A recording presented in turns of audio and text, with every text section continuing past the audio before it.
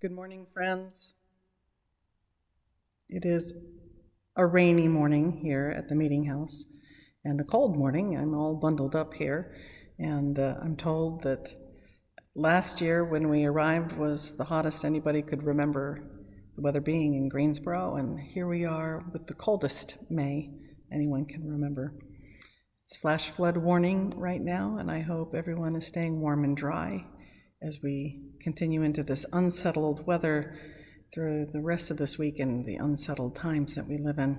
So I was thinking about our Quaker Speak a few weeks back when we spent some time with Quaker jokes and the spirituality of lightheartedness and how important lightheartedness is for our ability to be in community with one another, to really enjoy life.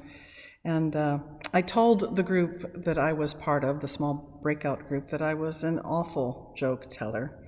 And here, I'll show you. Elder Silas took friend Ezra to see his bumper crop of peas. His garden was at the end of a long meadow, a very long meadow. Occasionally, Silas would bend over and pick a stray pea on the path, which showed him he was going the right way. Finally, friend Ezra said, "Friend, there must be a shorter way to your peas," to which the elder replied, "There is no way to peas. Peace is the way." Well, there's my Quaker joke for the morning. And it is actually a very human thing to enjoy a moment of shared wit, to sigh and to laugh together and to observe funny quirks in life and to be glad. It is a deeply godly thing to be glad, to note the joy in God's creation. And I truly believe that God wants us to know how very precious we are, how very glad God is to have us as part of all creation, in good times and in hard times. In my travels in Mexico, Palestine, India, I have found that the people living in great poverty seem not to dwell in poverty of spirit. Rather, they have been hospitable, immensely generous, and jolly, with a ready laugh and a twinkle in the eye. So it is with great confidence that I share with you the reading today that was brought by one of our youth, saying that first, last, and always, Christ is delighted with us, loves us, and lets us know we can choose to be friends. For those of you who have parents who chose us, parents who bore us, even in troubled times, there are many moments when our parents were simply delighted to see us. Our mere existence offered a joyful moment. Oh, how marvelous it is when we too feel the joy for our parent, even for those who, like me, whose parents have passed on. We can recall the moments when we were smiled upon with great affection. Those of us who've had the opportunity to care for pets are often the recipients of their joy and their love of us. Dan and I have 3 animals that chose us for their family. Theirs is a love that does not quit on us. They teach us, an old dog and 2 young cats, about joy in every season, and they are creatures as we are creatures, but they seem to be channels of pure affection. For those of you who follow me on my personal social media, you'll recognize the very unusual love affair that is occurring between our old border collie and our youngest kitten. And this kitten is relentless in his expression of love for the old dog. Sometimes the old dog does not appreciate this love, as he only wants to nap in peace. And the kitten shows continuous love as he chooses this old dog as his napping companion, play companion, meal companion. And sometimes the old dog does appreciate the unconditional love of the kitten, and then he will rest, sighing contentedly with a deep, grumbly sigh. These creatures have a life that is well-ordered, supportive, and safe. And it's easy to see their sense of well-being and that safety.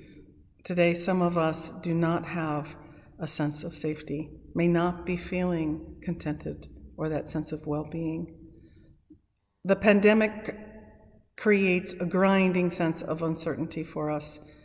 We now know we move into phase 2 here in North Carolina with some restrictions, with some careful openings, with some anxiety. But the pandemic is also teaching us that most material things are uncertain. The light of Christ, the reality of God within us and amongst us, around us, is one thing that we can turn to in the midst of uncertainty. In the 12-step fellowship, there is the basis and the same understanding that we all have a higher power. We all understand our higher power slightly differently, but we all share a higher power. And one of the things we need to do to get to know higher power is develop a daily sense of gratitude, a practice of gratitude. It is through gratitude that we cultivate a sense of relationship. It is through accepting our powerlessness over things or people that we cannot change that we find ourselves accepting change. It's a paradox. We learn to accept our proper perspective and the right order in the universe. In our reading today, we hear Jesus saying he chose the disciples, as God chose the disciples, as we are chosen today. We then are asked to follow the commandments, to love God and one another. We are chosen to love, to be love made manifest, rain or shine, pandemic or no pandemic. I was talking with Nikki Holland, the director of the Belize Center Friends, about some summertime reading and recommended that she read Octavia Butler. For those of you who know her, you know that she has a fierce image of the divine. For those of you that haven't met her yet, she is a visionary author and a dominant force, artistic force, and a model for many talented women in the arts today.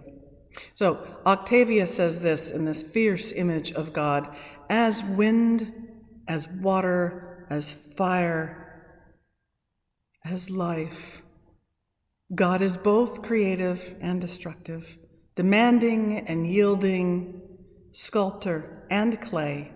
God is infinite potential. God is change. Butler wrote a lot about the future of society and science. Her poems often wonder about the nature of God, and she offered this observation that resonates with the poem I just shared with you.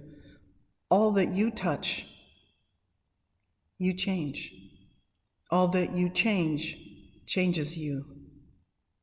Change is a lasting truth, and God is change. Butler offers an observation of the eternal cycle of life.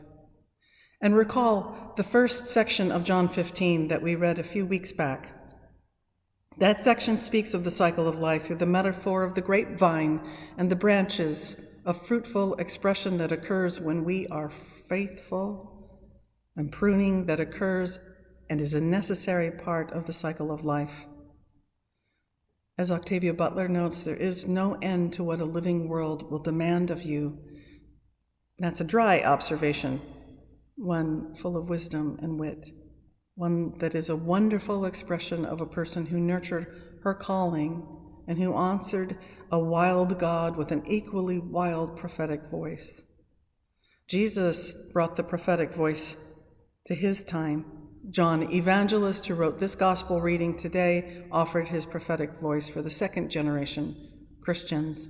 And so now, almost 2,000 years later, we are living here in the midst of what, might have been thought of as a science fiction tale. And how will we embrace our call, then, to love each other as I have loved you?